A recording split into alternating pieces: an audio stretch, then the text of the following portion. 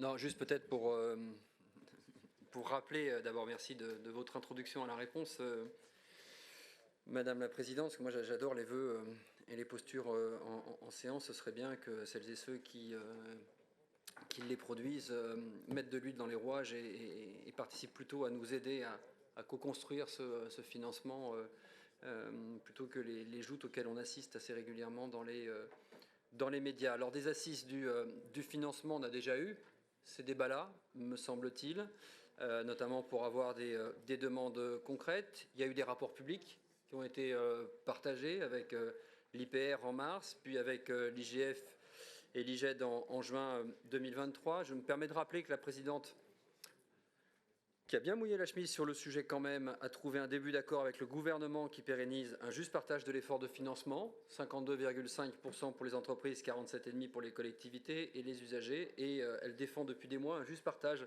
des ressources. Ça vient d'être dit, et notamment lié à l'idée que les entreprises qui vont être largement bénéficiaires du Grand Paris Express, et vers la Défense, on l'a déjà dit, la ligne 14 vers Orly, Saint-Denis-Pleyel, la ligne 17 vers Roissy, assurent également leur part de l'effort.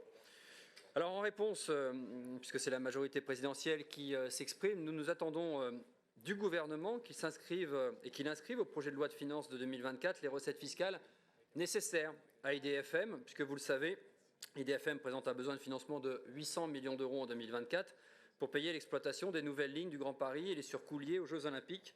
Donc je le dis, je le répète, ces recettes sont indispensables. On a eu suffisamment de débats là-dessus pour qu'au moins ce soit partagé, car il est hors de question de faire porter exclusivement l'effort de financement sur les usagers. Là-dessus, nous nous rejoignons. Donc sur cette base, les discussions étant en cours et se poursuivant, on ne manquera évidemment pas de rendre compte ici si besoin de ces discussions. Je propose le retrait, sinon le rejet de cet amendement.